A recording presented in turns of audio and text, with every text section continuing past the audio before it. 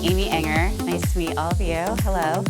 I am the founder and CEO of Glam Girl Bikini, and I've been involved in the fitness industry for about 20 years, and I've done various things in personal training and things like that, but I've been an online coach with Glam Girl for 4 years, and I've been competing for 10. So I've done competitions in different countries, pretty much every national show, and probably like 25 to 30 regional competitions, and I've coached hundreds of athletes. So today we are going to be doing a glute lab, and we're going to talk about glute activation primarily. So I have Brittany here today. Can you introduce yourself? My name is Brittany Gable. I live in Ponca City, Oklahoma. I've been competing since 2015, and I'm going to do my first nationals in 2 weeks. Yeah, so she's very close to nationals. So am I. I'm actually starting peak week today. So I'm doing Masters Nationals next weekend.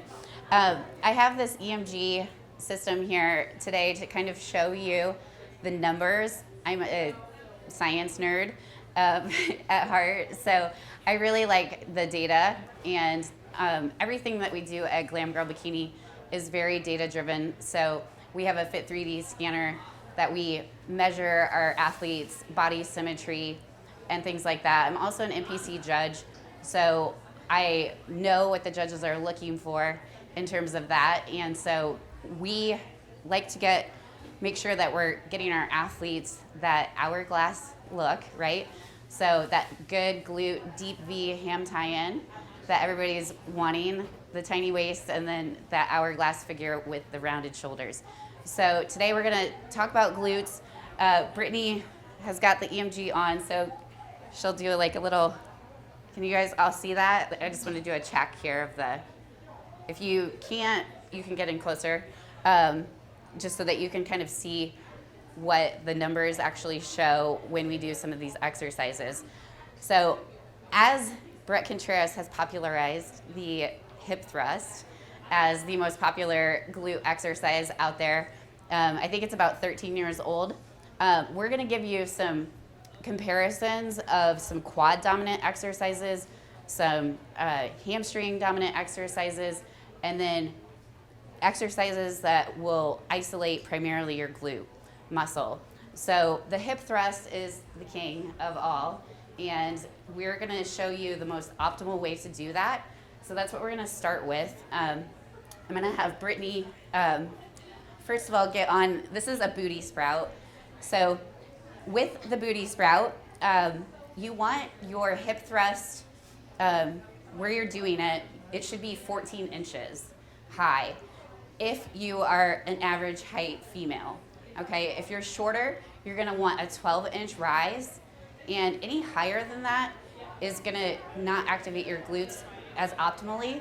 So another thing that a lot of people neglect to remember is to line up the bottom of your shoulder blades on your bench. So whether you're using a glute drive, you're using an aerobic step, I like to use those padded kind of like plyometric boxes at my gym because I know exactly how tall it is and I can get full range of motion. So she's got her shoulder blades lined up, so go ahead and come up there. Okay, so the next thing she's gonna wanna make sure she does is, so if your heels are too close to your body, it's gonna be more quad dominated exercise. If your legs are far away, further than 90 degrees, and your shins are not vertical, then you're gonna be a more hamstring dominant hip thrust. We want all glute. This is an exercise that the glutes shorten at the top on the contraction. So this is our isometric contraction, and then that's our eccentric movement, and that's our concentric movement when we come up to squeeze. That full range of motion keeps blood in the glute the whole time. That is why it is the king exercise. I'm gonna show you kind of what a squat does. That's the opposite. So when we're lifting our pelvis up in that bridge form, that's when the glute shortens. Now, when you're doing a squat, when the glute muscle contracts is actually on the lengthening.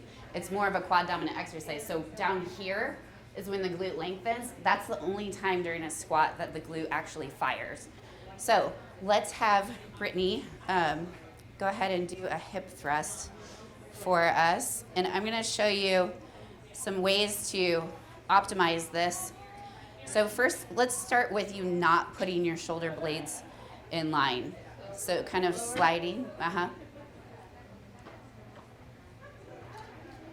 Okay, so she's not at the bottom of her shoulder blades here. We're hitting a max of 60, okay?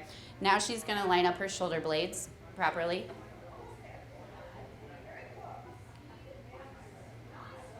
$100. You see the difference? You guys see that? She easily hits 140s, and she was hitting 60 with just the shoulder blade adjustment. Now we're gonna do a chin adjustment, okay? So I want her to first do it incorrectly. So you're gonna look up at the ceiling. You're not gonna keep your head neutral when you're squeezing. Okay, so she's having a hard time hitting 130s on that. Now she's gonna tuck her chin. 200. 180. 230. Okay, so we're not done yet with so she first of all does a good job of keeping her shins vertical. Did you notice that? The booty sprout kind of makes you do it correctly, but everybody's body's different, and we believe in the unicorn prep at Glam Girl, so everyone is unique. The reason why I do these EMG tests with people is because not everybody's body fires the same way. Not everybody is constructed the same way. So if she's a quad dominant person, we might need to take her quads out of it, move her feet away from her body so that her hamstrings can kind of counteract that. So that would be an adjustment if you are having a hard time getting your quads out of it. And then if she's more of a hamstring dominant person, which I don't know, does anybody listen to Prep Life podcasts? Couple people. Okay, well, my co-host, she's an IFBB professional. She's one of our coaches, Chris Nicole. She's very hamstring dominated, so she has to pull her feet closer to her body. Yes.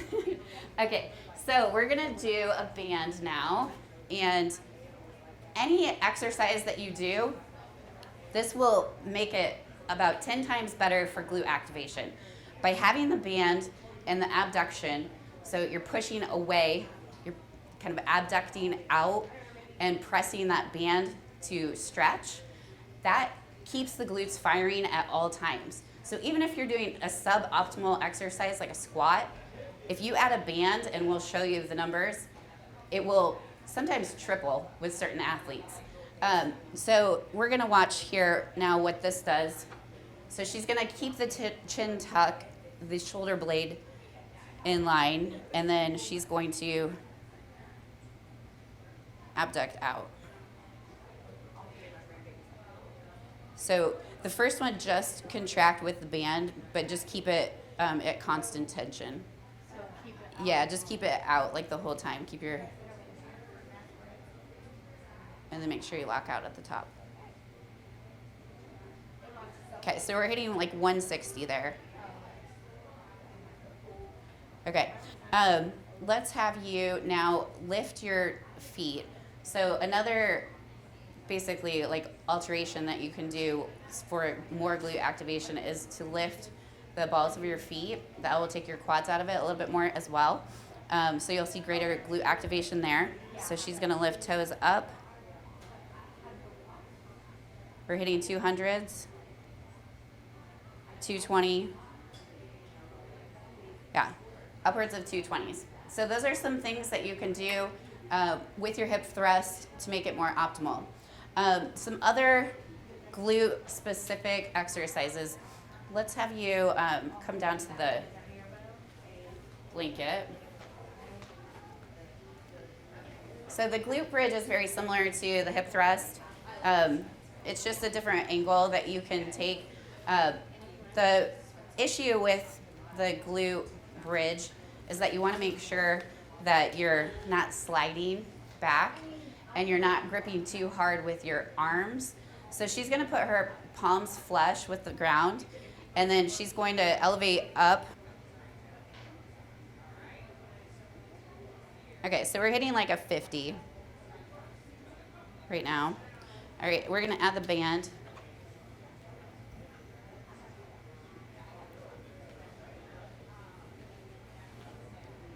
And you can use a Bosu ball if you have trouble tucking your chin when you're doing a glute bridge.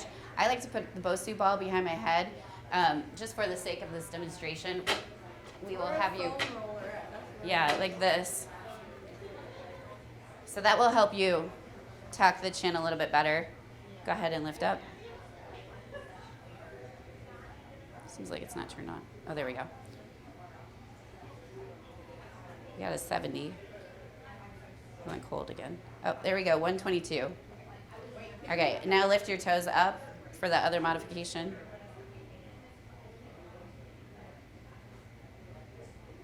Try it one more time. And if you're ever lifting with a partner, you can put your feet like behind them to kind of make sure they don't slip. It doesn't seem like it's on right now. I don't know why. Okay. Another glute exercise that we're gonna demonstrate is quadruped, if you want to call it that. So Brittany's gonna go ahead and kneel. You can take off your band.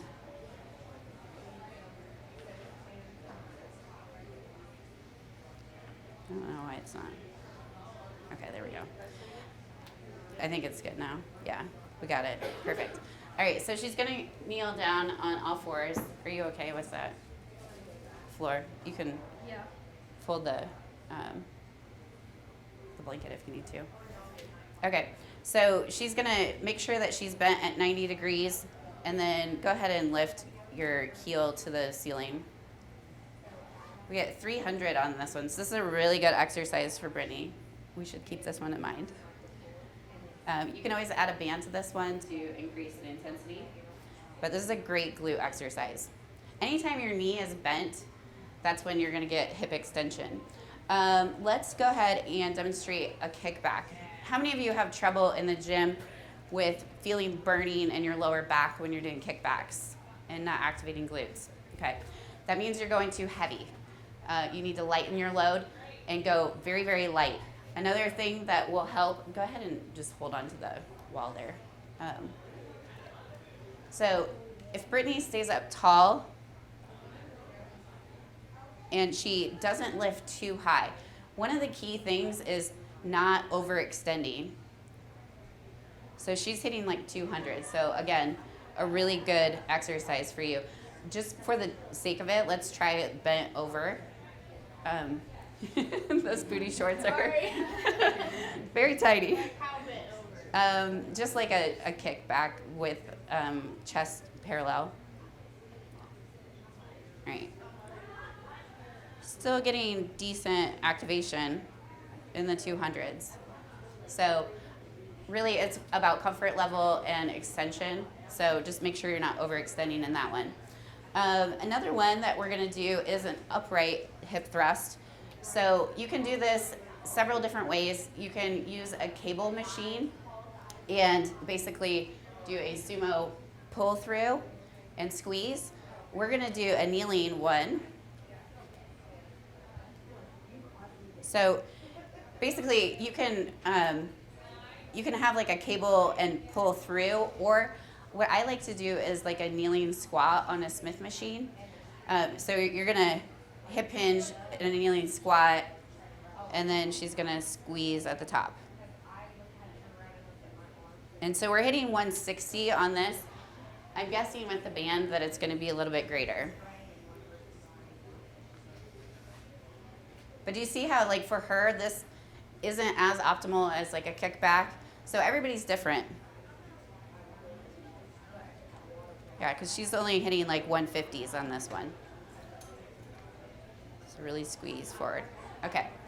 Some other options are hip abductions. So you have your gluteus maximus, which is like the bottom, the base of your large part of your glute at the bottom. And then you have your gluteus minimus that sits underneath the med, or the medius, gluteus medius. So that sits on kind of on top. Okay, so if you're trying to build upper glute and you're trying to get the top shelf of your glute, the only way to really do that is to abduct at the hip. So I'll have Brittany stand up, and then you can put that around your ankle.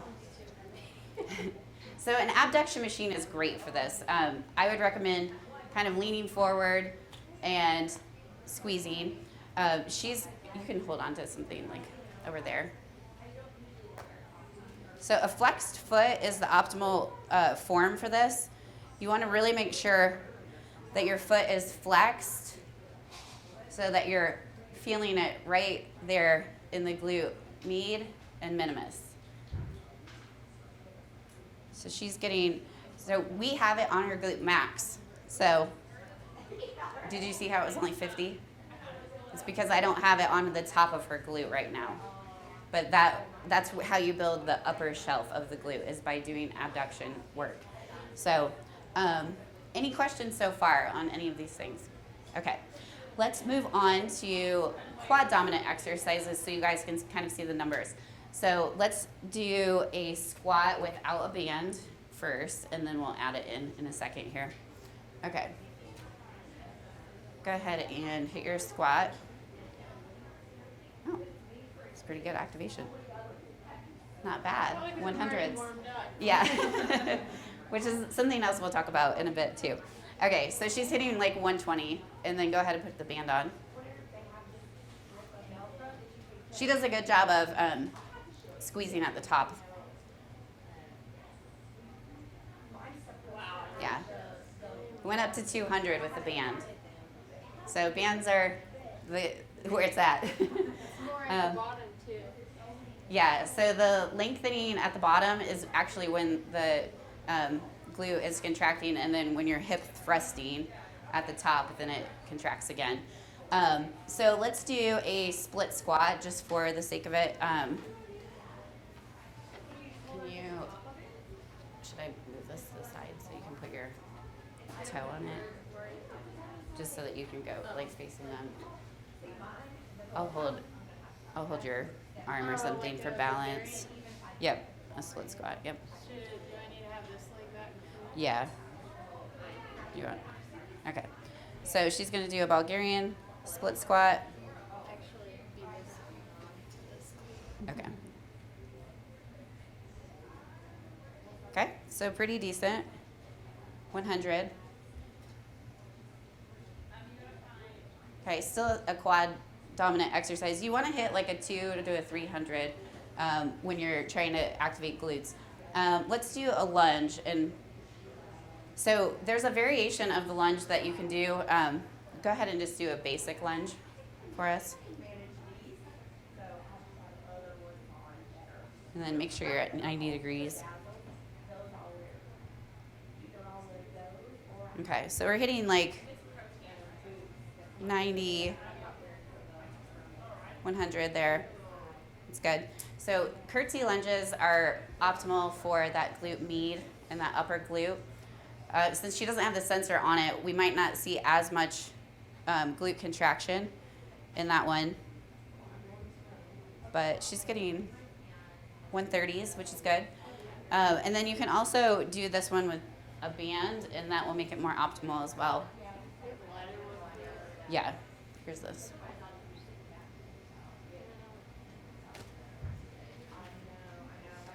So I'll just kind of go through some other quad dominant exercises. Any kind of step up is a quad dominant exercise. Don't slip on that. Yeah, you got it a little bit higher with the band. There we go, 150. It's pretty good. So step ups with the whole foot. If you want to try to maximize glute activation, press through your heel when you're doing a step up. Some other ones, single leg squats, sled drags, and then obviously leg extension is very quad dominant exercise. Let's go through some of the hamstring dominant exercises. So we'll start with deadlift. Go ahead and grab the weights. Some hybrid moves would be a hyper extension and a reverse hyper.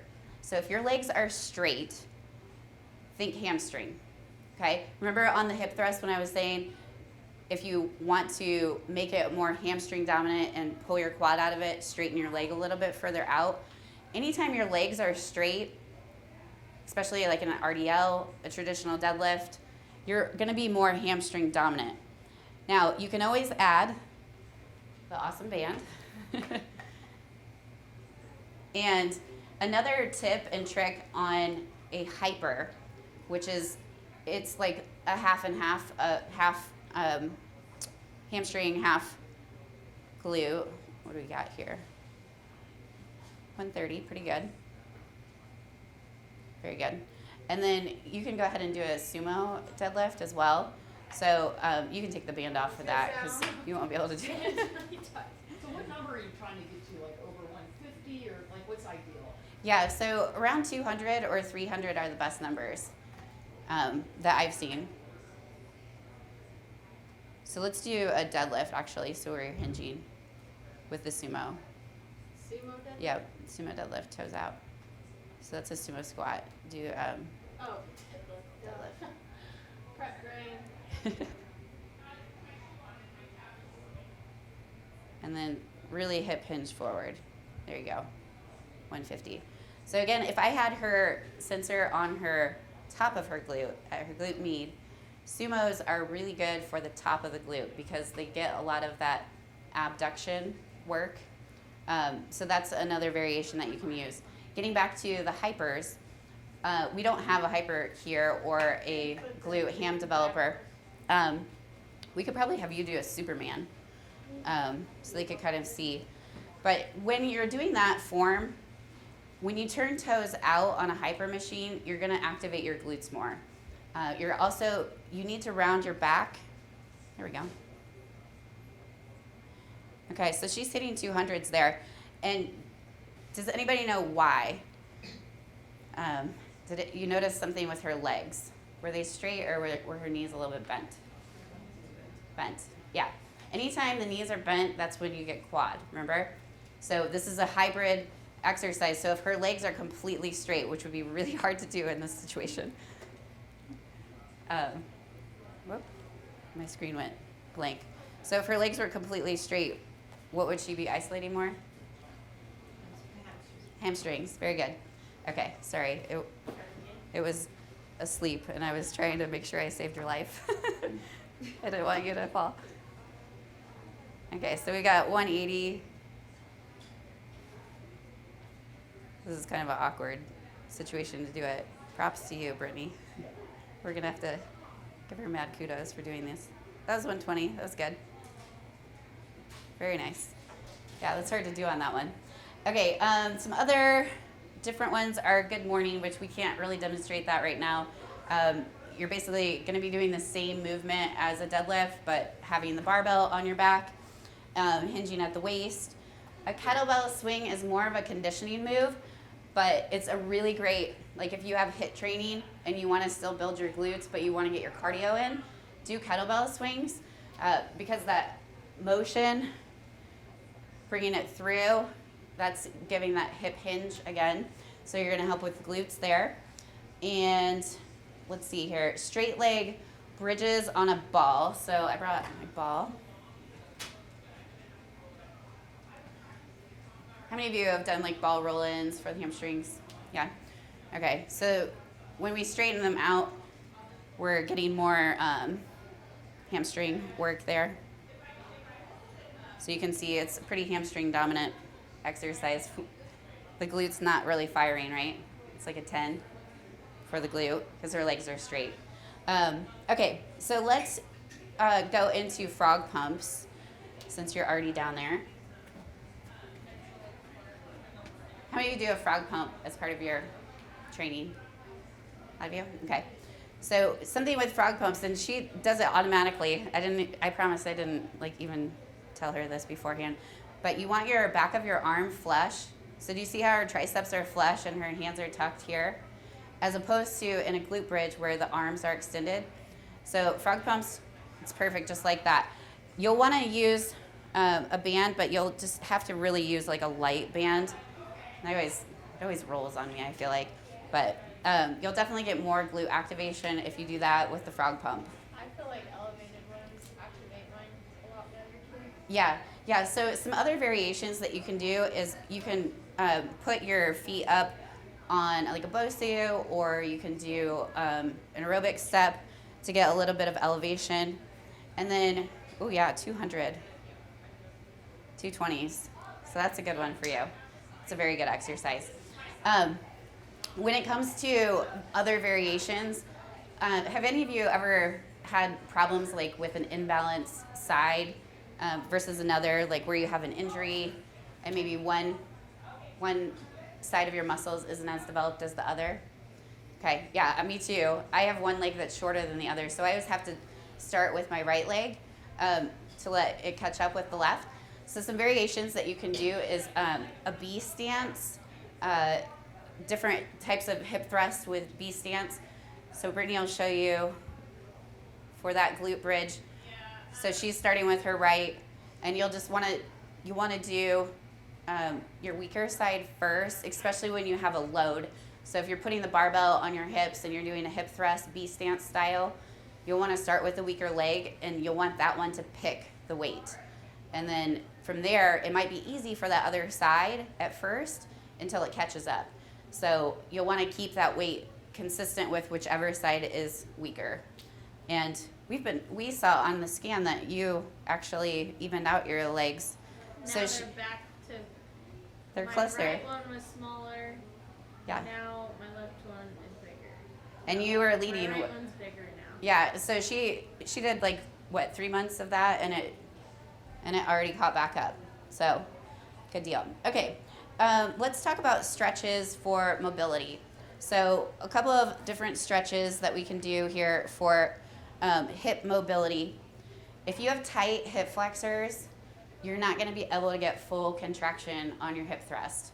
So I, every single night, foam roll the front of my hip flexors.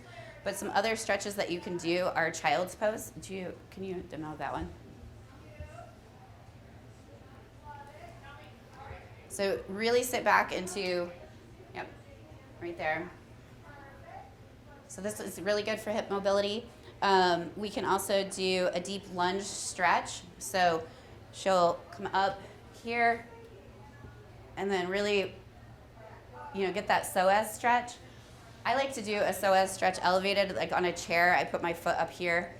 I can't do it now because I'll break myself, but yeah, pushing your hips forward, standing super tall, and then really leaning back. And then another one would be pigeon pose. So, you're a yogi.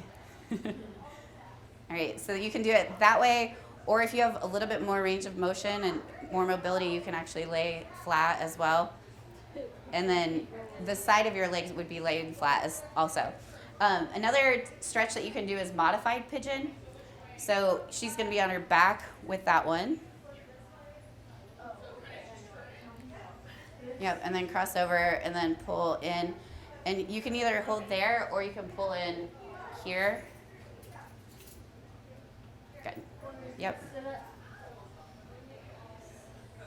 Very good. Yep. All right, so that kind of goes over some of the stretches, some of the exercises and things like that. I want to go specifically over just glute activation exercises. So in terms of, can you do a band or? And I have a quick question. Yeah. So for the sensors, and maybe you talked Uh-huh. about it, like how much are sensors like that to really like maximize our effort? Yeah. So this sensor was $250. Okay. Yeah, not And too bad. Where do you purchase it? I just got mine online. Okay. Yeah, and this app is called Chirp. It's a free app, and then the equipment, I think. What was it called? I forget. It's on the Chirp app. Let's see. Cricket. Yeah, Somaxis Cricket is the. Mhm. Yep, that's the technology. EMG. Yep, EMG. There's a lot of different companies that carry them, but I had previously purchased a different kind that was a little bit more expensive, and during COVID, the app stopped working. So this one, I researched it a little bit more to make sure that it was a solid company. So yeah, this would be a good company, the Cricut. Could go through Chirp and it would give us where the products to go with it. I would go through Cricut, so Max is Cricut, or just search EMG and Cricut, and then Chirp is the actual app that it uses, but it tells you how to download the app and all of that.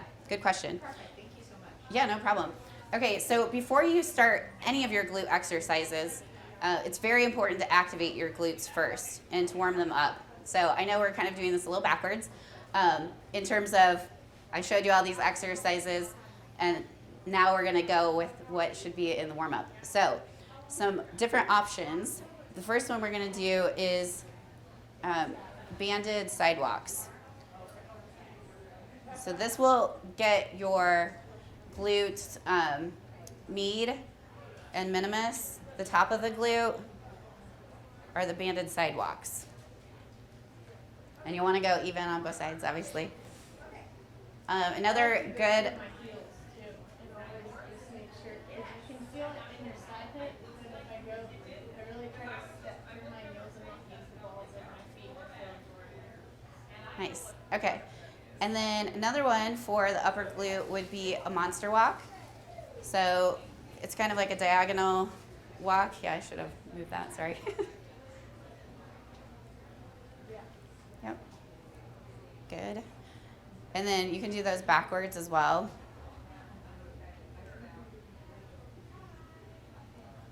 Awesome. Some other glute activation would be a single leg glute bridge. So let's have you take off the band.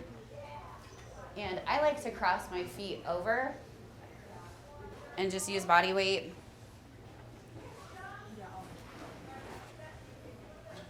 So kind of like the modified pigeon pose where you're here.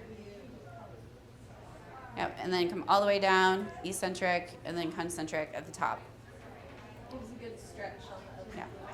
And we're even firing at 100, so, which is good. Some other ones. You can do, let's see, let's go through like clams and hydrants. These you'll want a lighter band, likely. You can kind of use that for your knees, so you don't destroy them. And the hydrants.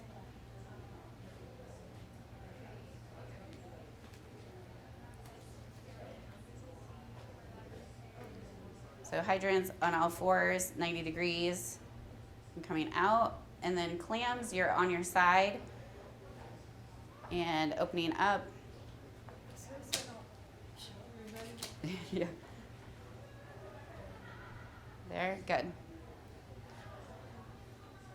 Anybody use some of these before they do their glute workouts?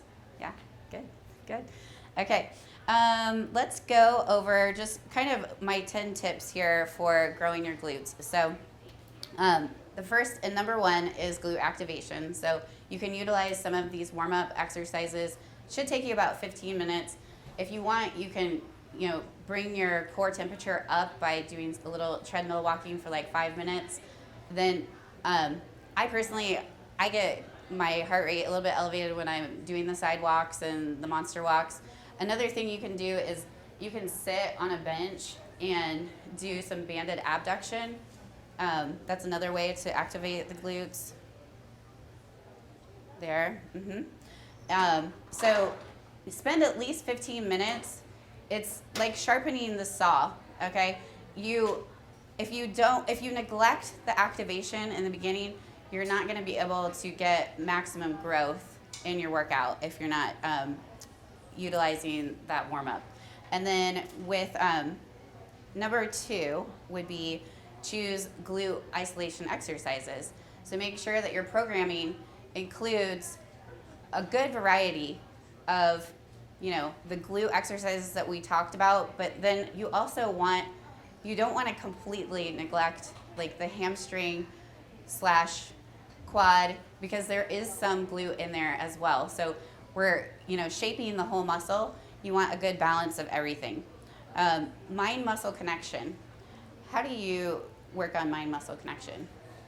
Well, one, the glute activation really helps. If I go into my workout without doing it, it takes me a few of my sets to even start feeling it.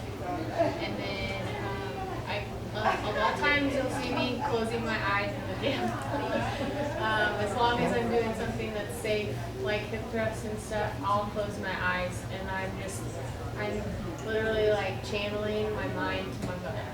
And just really squeezing and just making sure I feel it where I'm supposed to feel it.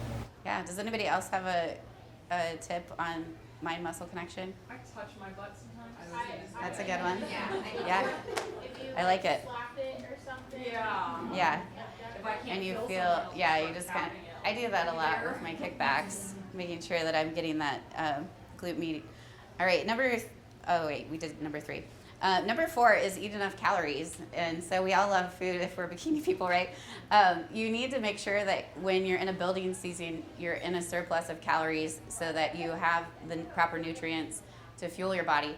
So I'm a Precision 1 nutritionist, and so I feel very strongly about optimizing muscle protein synthesis, which means that you need a protein bolus before your workout to turn on muscle protein synthesis. That's like a 20-gram serving for probably most of you in this room. And carbohydrates are a good source of energy, so I like to pair those pre-workout and then within 30 minutes post-workout, also getting a good source of protein and a quality carbohydrate so that you're also recovering after your workout. Number 5 would be too much activity. Has anybody ever been on team no rest day? I have. Yeah, I really had a hard time growing when I did that. I thought, oh man, I'm gonna be 300, every day of the year, like no days off, and it really doesn't benefit you. Your muscles need to recover, they need to repair, so you need to take a solid rest day. If you're able to go 7 days a week, the odds are likely that you're probably not pushing yourself to the absolute max when you actually are working out. So make sure your intensity is high and that you are taking a solid rest day. You should want the rest days. Yes, you should work so hard that you deserve it. You'll need them, not even one day. You'll need them. You can't walk. Exactly. Okay, and so out of this whole thing, I think number 6, hopefully I brought this home. Use a band, right? Definitely, that one will help a ton with glute growth. And then cut back on your steady state cardio, because any kind of steady state cardio is going to be a catabolic process for your muscles. If you are doing more HIIT cardio, where you're going high intensity, taking recovery, that will build your white twitch muscles. So those are your fast twitch muscles. Those are bigger. Think of a sprinter versus a marathoner, right? An endurance muscle, the red fibers, they're smaller. So if you can kind of think of like what the glutes on a sprinter versus a marathoner look, that kind of gives you an idea that too much cardio will really break that down. And then recovery and foam rolling. Recovery is so important. Any of you do Epsom salt baths? Okay. Any of you do yoga? Sometimes. Deep tissue massage? Good. Yes, all of these things are important. And then how many of you foam roll every day? Good. Anybody use an ab wheel? Or not an ab wheel, but a yoga wheel is what I meant to say. Yes. Okay, good. So that's number 8. And then number 9 is novelty is the enemy. So as much as, trust me, I've been in the fitness industry for a long time. I used to be one of those people that just would like get super bored off doing the same thing. I wanted to do something different every single day, have that muscle confusion. It really just doesn't work. Progressive overload is the way to go if you're trying to build muscle. You really need to get a solid foundation on your form and technique, and then utilize increasing your weights, increasing your reps, changing your range of motion, different types of cadences and tempos, but getting a solid foundation on the exercises. If you're not doing the same exercises over and over again, you're not going to be able to track your progress. So if you're doing a hip thrust one week, but then you're not doing it the next, you're really not going to know, like, hey, I got 2 extra reps that time, or I was able to do a 4th set, to failure at 20 reps or something like that. So keep track of all that and use progressive overload. And number 10, my tip is get enough sleep. Sleep is so important, not only for dropping body fat, for feeling better. You're going to be able to perform in the gym. That's the only time your muscles can repair. So I recommend getting at least 7 hours of sleep. Be really crucial. And just to kind of hit home on, to leave you with the thoughts on progressive overload. Progressive overload is a very simple concept. It's basically just doing more over time.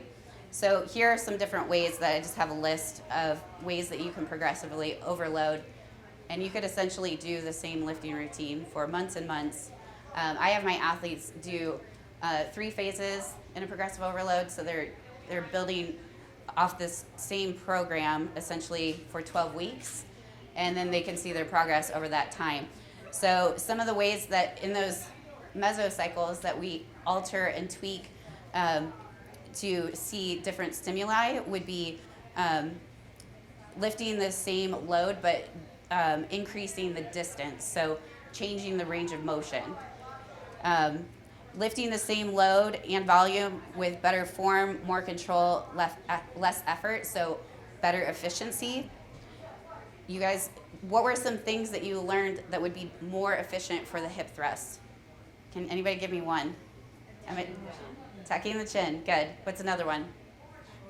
Having like the right height, like for being off The right height of the bench. Good. And then what did you say about shoulder blades? Yeah. Lining it up with the bottom of the shoulder blade. Anything else that you remember? Shins should be vertical, right? Position of the feet depending on what muscle group you want to work. Very good. Yes. So 90 degrees for most people, but not everybody. Okay, those were really good. And then obviously we kind of talked about volume. So tinkering with your reps, tinkering with your load. So maybe, you added like 2.5 pounds to your abduction this week, but you did 10 reps last week and you did 10 reps this week, but you increased your weight.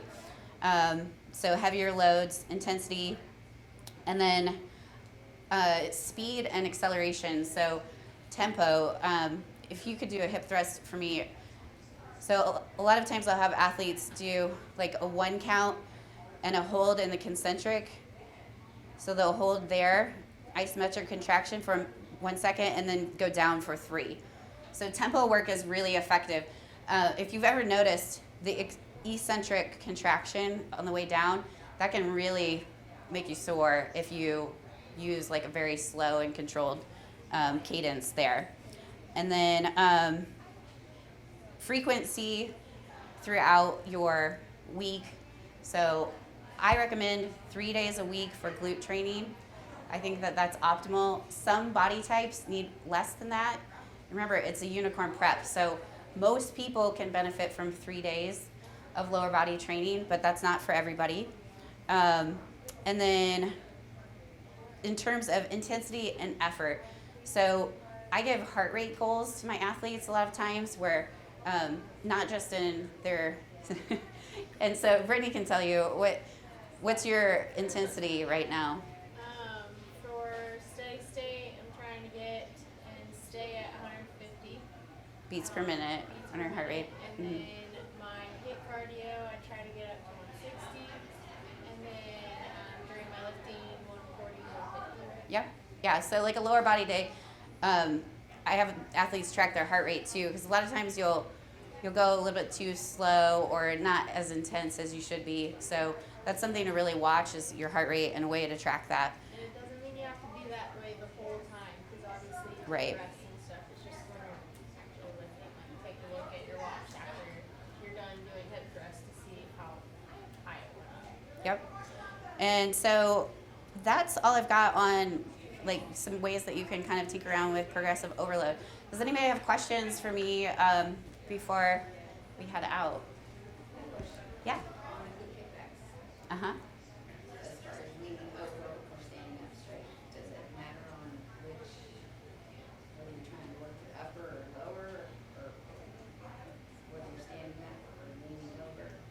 No, as we saw on Brittany, and we had it on her Maximus, you got the same activation when you're bent over versus standing up. I personally like to stand up. I don't like to bend over because I feel like I have more control. So you don't want to overextend. That would be incorrect technique. You want to extend enough that you're getting good hip flexion, but that you're feeling the contraction. You don't want to go beyond that.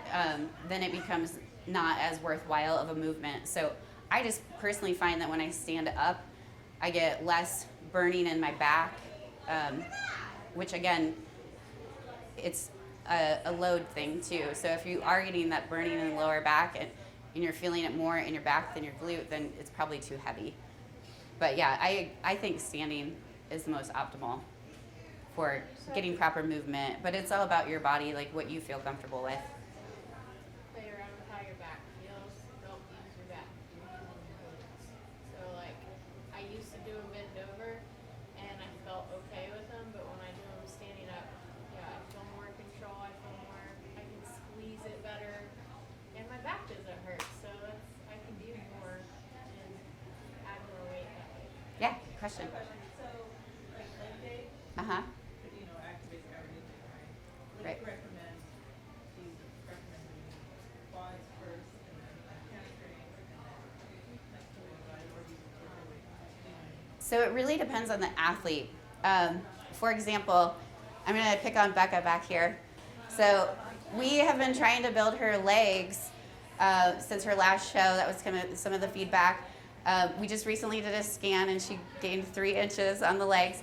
So we have been targeting more quad and hamstring work for her, more so than I would do for Brittany.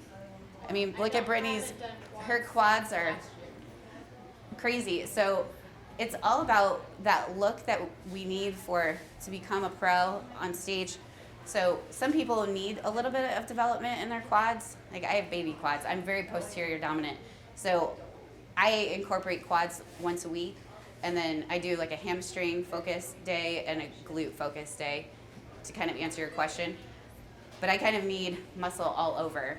So certain people have, everybody's body is totally different on what their goals are.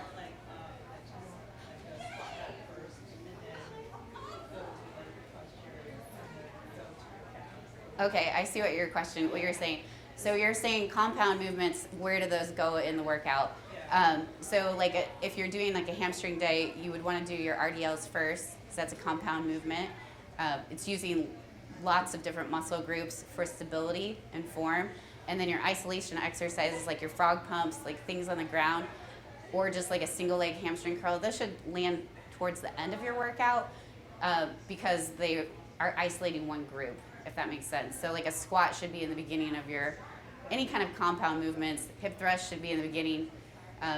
You're recruiting more muscle groups to make sure your form's correct, so you want to be fresh in those lifts. Good question. Anybody else? Questions?